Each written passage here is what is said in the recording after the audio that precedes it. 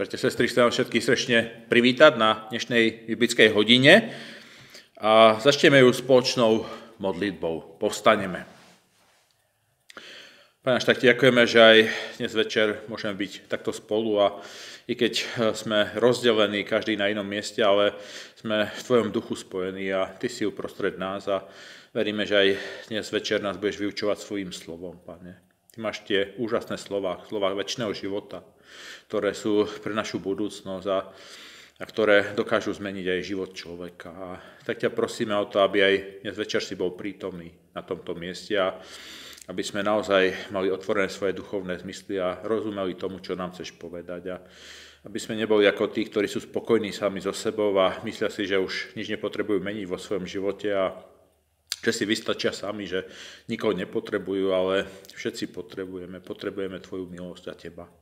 A tak ťa prosíme o to, aby si aj nevstúpil medzi nás a vstúpil do našich srdc, aby sme cítili, že Ty si s nami, že si nás neopustil.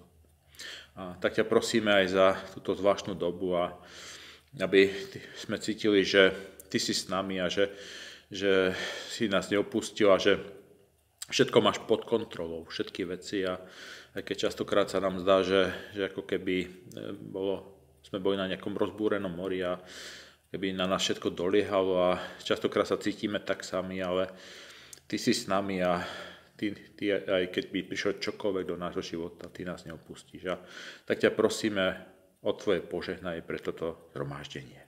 Amen. Viete, sestry, aj dnešný večer chceme pokračovať vo výklade podobenstiev a dnes si chceme preberať ďalšie z rady týchto podobenstiev a je také zvláštne. Možno niektorí z vás ani nevedeli, že také podobenstvo vôbec je, alebo že je to podobenstvo. Toto podobenstvo sa nazýva podobenstvo o ohni a meči. A mnohí ho chápu naozaj rôznym spôsobom a mnohí mu nerozumejú. Nájdeme si teda text Božieho slova. Nachádza sa v dvoch evanjeliách, ako evanjel Matúša, tak aj evanjel Lukáša. Ja by som prečítal oba tieto texty, lebo sú síce podobné, ale sú tam aj určité odchýlky, určité rozdiely. Ten prvý verš, alebo prvý text by som prečítal z evanjela Lukáša, 12. kapitolu od 49. po 53. verš. Prosím, z úcty Božiemu slovu povstaneme. Oheň som prišiel hodiť na zem. A čo chcem, kiež by už horel. Ale krstom mám byť pokrstený a zviera ma už nedočkavosť, kým nebude vykonaný. Myslíte si, že som priniesol mier na zem? Nie hovorím vám, ale rozdelenie. Lebo odteraz 5 v jednom dome budú rozdelení, 3 proti 2 a 2 proti 3. Rozdelia sa. Otec proti synovi a syn proti otcovi, matka proti dcére a dcéra proti matke, svokra proti neveste a nevesta proti svokre. Ten druhý text je z evanjelia Matúša, ten je kratší, z 10. kapitoly od 34. po 36. verš. Nenazdávajte sa, že som priniesol mier na zem. Nepriniesol som mier, ale meč. Lebo prišiel som rozdvojiť syna otcom, dcéru s matkou, nevestu so svokrou a nepriateľmi človeka budú vlastní domáci. Toľko čítania Božieho slova, môžeme sa posadiť. Viete, sestry, čítali sme si veľmi zaujímavý text Božieho slova. Mnohí mu naozaj nerozumejú.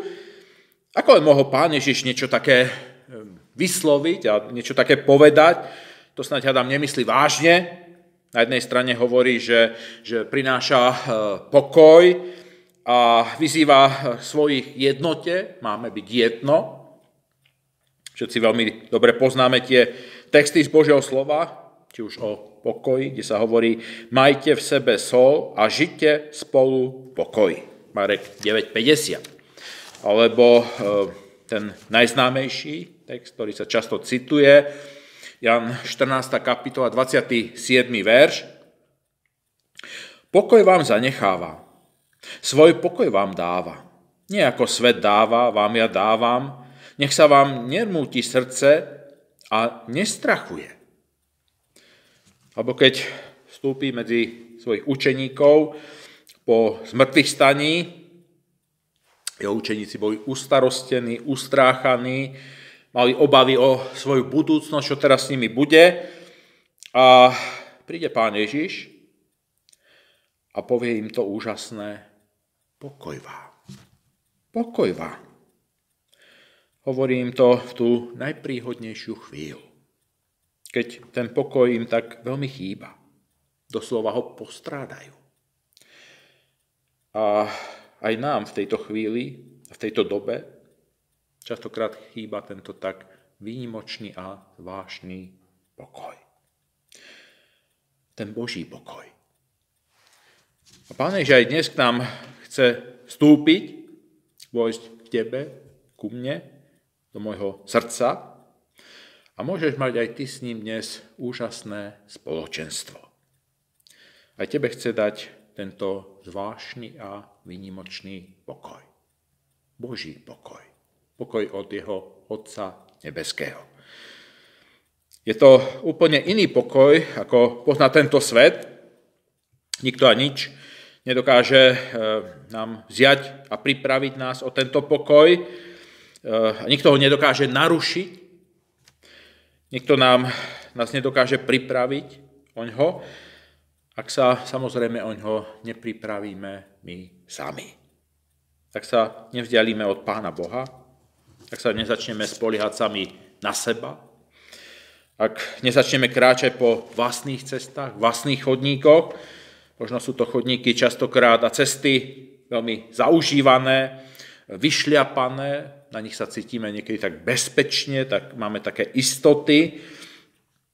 Ale odrazu prídu prvé problémy, prvé ťažkosti, komplikácie, cítime sa v tej tak ohrození, nevieme odrazu ako ďalej. A jedine s Pánom Ježišom je naša budúcnosť, naša istota. A práve v ňom máme pokoj. Nikde inde. Aj v tejto dobe a na to nikdy nezabudnime. Možno sa naozaj cítime ako tí učeníci Pána Ježiša, keď boli v tej loďke, okolo zúrila obrovská búrka, hromy, blesky, prišiel príval a všetky živly tohto sveta útočili na nich a pozreli sa na Pána Ježiša a zdalo sa im, že on spí. Ako keby tam nebol. Ako keby ich nevnímal. Nevnímal, čo sa s nimi deje. A vtedy začnú s ním triasť a hovoria: Páne, pomôž nám, hynieme. A Pán Ježiš ich musí napomenúť. A potom sa obráti a pohrozí týmto živom. Pokyve prstom a čo sa stane potom, keď im pohrozí? Nastane veľké utíšenie. Úžasný pokoj. A on tento pokoj, práve takýto pokoj chce dať aj do tvojho rozbúreného srdca, možno keď si ťa trápia mnohé neistoty, čo bude do budúcna, čo príde a možno ťa trápia mnoho iných vecí. Mnohé sú spojené s tým, čo sa okolo nás odohráva. A Pán Ježiš chce prísť do tvojho srdca a priniesť tento úžasný pokoj. On je Pán. Aj tvojím Pánom. A všetky veci má pod kontrolou. Prečo sestri, a tu odrazu ako blesk jasného neba znie takéto slovo a hovorí to sám Pán Ježiš. Oheň som prišiel hodiť na zem. A potom následne hovorí o istom rozdelení rodín. Kde sa odrazu vytratil ten nádherný, úžasný pokoj, o ktorom hovoril Pán Ježiš, ktorý zaslúbil svoj. Kde je? Alebo raz hovorí tak a potom zas ináč. Tak ako sa to častokrát deje aj v tomto svete. Že niektorí ľudia hovoria tak, ako im to práve vyhovuje. V našej dobe, ako v každej dobe, sa stretneme s ľuďmi, ktorí sa správajú a hovoria častokrát tendenčne, ako im to práve vyhovuje, a že by bol Pán Ježiš presne taký istý. A tu ešte môžeme dodať ďalšiu vec, ako mnohí ľudia tvrdia a hovoria, častokrát sú to kresťania, že účel svätí prostriedky. Človek môže používať neraz aj nečestné prostriedky k dosiahnutiu správnych cieľov alebo zámerov, ktoré sa im zdajú správne, ktoré presadzujú. A tu by sa tiež možno potešili tí, a zaradovali tí, ktorí vnášajú do spoločenstva Božieho ľudu, do cirkvi, do zboru, do rodín veľký nepokoj. Presadzujú vlastné názory a všetci ich musia rešpektovať, lebo bude zle. Minimálne zavádne rozdelenie alebo nepokoj. Preťažte si, takže Pán Ježiš s niečím takým súhlasí, respektíve priamo až počíta. O čom tu vlastne hovorí? Ten, ktorý bol krotký a pokorný, ako baránok na zabitie, ten, ktorý sa obetoval za druhých, on o sebe povedal: poďte ku mne všetci, ktorí sa namáhate a ste preťažení, a ja vám dám odpočinutie. Vezmite na seba moje jarmo a učte sa odo mňa, lebo som krotký a pokorný v srdci. A nájdete odpočinutie duši.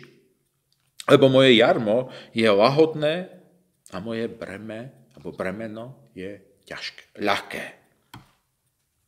Myslím, že všetci sa máme čo učiť od nášho Pána a Spasiteľa. Máme sa učiť krotkosti, ale aj pokore. Tam, kde vlastne tieto vlastnosti, Božie vlastnosti, alebo ešte ináč môžeme to nazvať ovocie Ducha Svätého, chýba, tam nastáva veľký nepokoj a rozdelenie. A do popredia sa začnú sa dostávať zlé vášne, alebo skutky tela. V českom preklade ekumenickom som našiel skutky ľudskej svojvôle, ktoré sú zrejme, sú jasne viditeľné a hneď sa aj prejavia. To sa nedá utajiť. A tam, čo sa vlastne prejaví? Aké vlastnosti? Je to smilstvo, nečistota, zmyselnosť, vlastne dvojaké reči. Človek niečo hovorí a pritom myslí niečo iné a ten, kto to počúva, nevie v podstate to, čo ten vlastne človek myslel, čo tým sleduje, aký úmysel, aký zámer. Modloslužba, čarodejníctvo, nepriateľské sváry, nenávisť,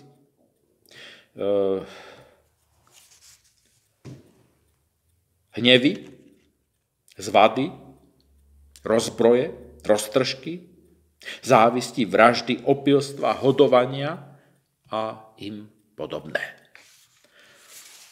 A Božie slovo každému z nás osobne dnes ako keby chcel nastaviť také zrkadlo.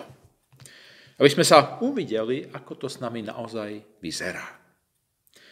So mnou aj s tebou.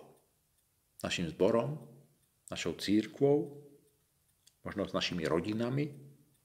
Čo sa tam prejavuje? Je to naozaj Boží pokoj, ktorý prevyšuje každý rozum? Vlastne všetku múdrosť tohto sveta? My častokrát múdrosť, rozumnosť dávame na pokoj. Kristova tichosť, Kristovú tichosť, krotkosť a pokoru. Alebo niečo, čo tam vôbec nepatrí. Pravidelne si to pripomíname pri slávení pamiatky poslednej večere Pánovej a pripomíname si práve to veľké varovanie, čoho sa máme vystríhať. Ak sa nejaké z tých vecí, ktoré sme si spomínali, vyskytnú v našom živote, tak by sme mali urobiť okamžitú nápravu. Ináč nehodne jeme chlieb a pijeme víno. Teda príjmame telo a krv Pánovu. A nebude to na našu záchranu, ale na odsúdenie. Berme to ako taký Boží varovný prst. Čas Božej milosti stále trvá, ale nikto z nás nevie, dokedy. A na to nás má upozorniť aj vlastne táto doba. Doba, v ktorej žijeme. Vážna doba. Niektorí sú z toho zrození, zaskočení, ale zachránený bude len ten, kto to všetko zoberie vážne. Vážne to Božie varovanie. Apoštol Pavel tam ešte dodáva, o týchto vám vopred hovorím, ako som už prv povedal, že tí, čo páchajú takéto veci, nebudú dedičmi kráľovstva Božieho. A ja znova zopakujem, nebudú dedičmi kráľovstva Božieho. Česky to znie, řekl jsem už dříve a říkám znovu, že tí, kteří takové věci dělají, nebudou mít podíl na kráľovství Boží. Nebudú mít podíl na kráľovství Boží. Ale čo sa očakáva od Ježišových verných? Tí, čo prináležia Kristovi, čiže Ježišovi, ukrižovali si telo s vášňami a žiadosťami. Na inom mieste apoštol Pavel vyznáva, už nežijem ja, ale žije vo mne Kristus. A to má byť vlastne rozhodujúcim v našom živote. Apoštol Pavel ešte dodáva, sme-li živí Božím duchem, dejme se duchem také řídiť. Nehledejme prázdnou chválu alebo slávu. Čiže nerobme veci preto, aby to druhí videli. Aby to tí druhí ocenili. Nerobme to kvôli druhým ľuďom. Ako hovorí Pán Ježiš Židom, ktorí to takto často robili, modlívali sa na rohoch ulic a mnohé veci robili verejne, aby všetci ich videli, aby ich oslavovali. A on hovorí, majú svoju odplatu. Oni už ju majú. Majú ju práve od tých ľudí. A nemôžu od Pána Boha niečo očakávať. A tak sa pýtam, o čo nám vlastne ide? Odplatu od ľudí alebo od Pána Boha? Toho, ktorému patrí všetko. Ktorý má nesmiernu moc, slávu, má kráľovstvo. Viete, sestri, a tak o čom tu hovorí Pán Ježiš? O akom ohni, alebo meči, ako hovorí evanjelista Matúš? Alebo o akom rozdelení? Viete, čo nám pripomínajú tie obrazy? Oheň, potom nepokoj, alebo meč, rozdelenie. Viete, ak sa nad tým zamyslíme, tak v podstate je to obraz vojnového stavu. Vojny, boja. Tam, kde vstúpí Pán Ježiš, automaticky nenastáva a zákonite nenastáva pokoj a všetko, čo je tým spojené, no si myslia, že keď príde Pán Ježiš do ich života, tak budú mať pokoj, budú mať istoty, o všetko sa Pán Ježiš postará, budú zdraví, úspešní, bude sa im vo všetkom dariť, v podnikaní, v živote a bude to fajn. A práve tu nastáva niečo úplne iné. Častokrát nastáva veľký boj, duchovný zápas. A nie každý príjme Pána Ježiša. Je veľa ľudí, ktorí ho odmietnú, potom odchádzajú preč, ale sú tam aj takí, ktorí uveria v neho a stanú sa jeho učeníkmi. A potom nastáva ten veľký problém. Začne sa odohrávať veľký boj medzi stúpencami svetla, alebo Pána Ježiša, Pána Boha, a stúpencami temnoty, toho zlého, ducha toho sveta, Satana. A tento len tak nenechá. On sa nechce vzdať svojho teritória, svojho územia. On si myslí, že on má na to nárok. Apoštol Pavel veľmi často používa ten pojem boja. A upozorňuje nás, veď náš boj nie je proti telu a krvi, ale proti kniežatstvám, mocnostiam, proti pánom sveta tejto temnoty, proti zlým duchom nebesia. A dodáva, preto vezmite na seba celú výzbroj Božiu, aby ste mohli odolať v zlý deň a obstáť a všetko prekonať. Čiže kto sa rozhodol celé nasledovať Pána Ježiša, musí počítať aj s odporom. Musí počítať s útokmi toho zlého. Vlastne taký človek vstúpil vedome do vojny, do boja. A my musíme žiť neustále v bojovej pohotovosti. Nikdy nevieme, kedy príde ten útok, či už znútra, možno cez zlé myšlienky, alebo zvonku, skrze niekoho, alebo niečo. A Pán Ježiš hovorí, že to môže byť niekto aj nám veľmi blízky. Dokonca niekto z našej rodiny. Môže to byť aj niekto z Božej rodiny.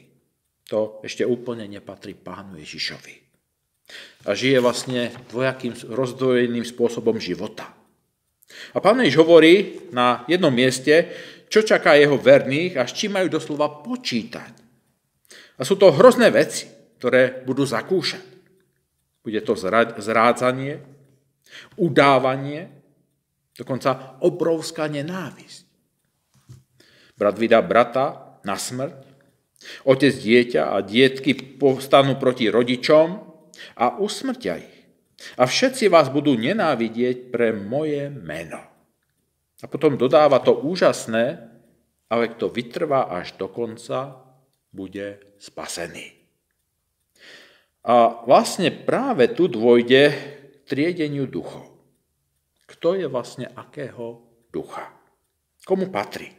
Tam sa to ukáže. A najsmutnejší je ten záver, ktorý tam spomína evanjelista Matúš. A nepriateľom človeka bude jeho vlastná rodina. A hlavne, keď si uvedomíme, že by malo vždy platiť, že rodina má držať pokope, spolu, práve tu má človek také útočisko, zázemie, bezpečie. Keď aj tu chýba táto vec, tak je veľmi zlé. A človek to veľmi ťažko znáša. Mnohí tým veľmi trpia. Veľmi to na nich dolieha, bolestne. Oheň na jednej strane znamená niečo pozitívne, zápal, horlivosť, možno za Krista, za Božiu vec, ale na druhej strane znamená aj boj, vojnu a nepokoj, ktorí budú vlastne znášať Ježišovi verní zo strany sveta a zo strany satana. A Pán Ježiš hovorí, prišiel som hodiť oheň na zem a veľmi by som si želal, aby horel. My by sme chceli mať najradšej stále pokoj, mier, bezpečie, ale to nejde. Ak je človek na Ježišovej strane a je jeho učeníkom a následuje celé Pána Ježiša, tak má aj problémy. Keď sa dlho nič nedeje, keď žijeme v pokoji, v miery, možno by mal človek niekedy aj pouvažovať na to vecou, či vlastne stojí na tej správnej strane. Či je naozaj na tej Božej strane. Či náhodou, tak povediac, nesplynul s davom tohto sveta. A nenápadne prešiel na stranu toho zlého. Veľmi nenápadne a pomaly. A Pán Ježiš nechce, aby niekto trpel. Ale proste tomu sa nedá vyhnúť. Tak ako ani on sa tomu nevyhol. Tiež išiel cestou kríža. A to hovorí aj svojim učeníkom, že aj ich čaká niečo podobné. A hovorím, ak to neberie svoj kríž a nenásleduje ma, nie je ma hoden. Čiže človek musí počítať s krížom. Každý má ten svoj kríž, svoje utrpenie alebo trápenie, ktorý musí prejsť. Je to utrpenie a trápenie pre Pána Ježiša. A Pán Ježiš na to pripravuje svojich učeníkov, že toto príde. A v Getsemanskej záhrade sa za nich modlí a prosí u svojho nebeského Otca a volá: dal som im tvoje slovo. Dal som im tvoje slovo. Vieme, čo je Božie slovo. Že je pravda. Že je živé a mocné. Že ono môže zmeniť život človeka. Dokáže povzbudiť, potešiť. Dokonca je ostré ako dvojsečný meč. Preniká až do klbov a špikov. A svet ich nenávidel, pretože nie sú zo sveta. Tak ako ja nie som zo sveta, neprosím, aby si ich vzal zo sveta, ale aby si ich zachoval od zlého. Čiže aby sa jeho verní dokázali a obstáli v utrpení. Aby vydržali verní až do konca. Ako hovorí aj apoštol Peter, a sú to úžasné slova povzbudenia, veselte sa z toho, hoci sa teraz ešte, keď treba, na krátky čas mútite pre rozličné pokúšania, aby vaša skúsovaná viera, o mnoho drahšia ako hynúce, ale ohňom skúsované zlato, bola vám na chválu, slávu a česť pri zjavení Ježiša Krista. Áno, vydržať verný pri Ježišovi až do konca. A o to tu ide. Viete, niekedy to človek bude znášať veľmi ťažko. Veď tu ide o jeho najbližší, o jeho rodinu, ktorí sa postavili proti nemu. A prihlásenie sa k Ježišovi spôsobí častokrát rozdelenie. On sa stáva tým úholným kameňom, na ktorom sa rozdelia národy, ale aj väčšie či menšie spoločenstva, dokonca rozdelia sa celé rodiny. A človek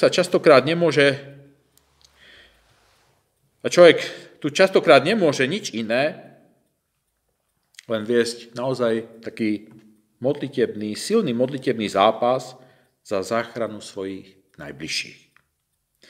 A vždy je to Božia milosť, keď sa tí ostatní členovia rodiny rozhodnú pre Pána Ježiša. Keď uveria v Neho a sú zachránení pre večnosť. Ale treba si uvedomiť, že ani k rozdeleniu rodín nedochádza náhodne. Ale deje sa to tiež v Božej réžii. Pán Ježiš o tom dávno predtým vedel. On to predpovedal. On hovoril, že to príde, že sa to stane. Áno, Pán Boh má aj túto vec pod kontrolou. A na to nikdy nezabudnime. On vie aj o tebe, aj o mne, aj o tvojich najbližších a nechce, aby niekto zahynul. Ale aby sa všetci dali na pokánie. A on má naozaj rôzne možnosti, ako prehovoriť človeku. Je možné, že si chce použiť k tomu práve teba. Chce, aby si bol svetlom vo svojej rodine. Všade tam, kde sa nachádzaš. Amen.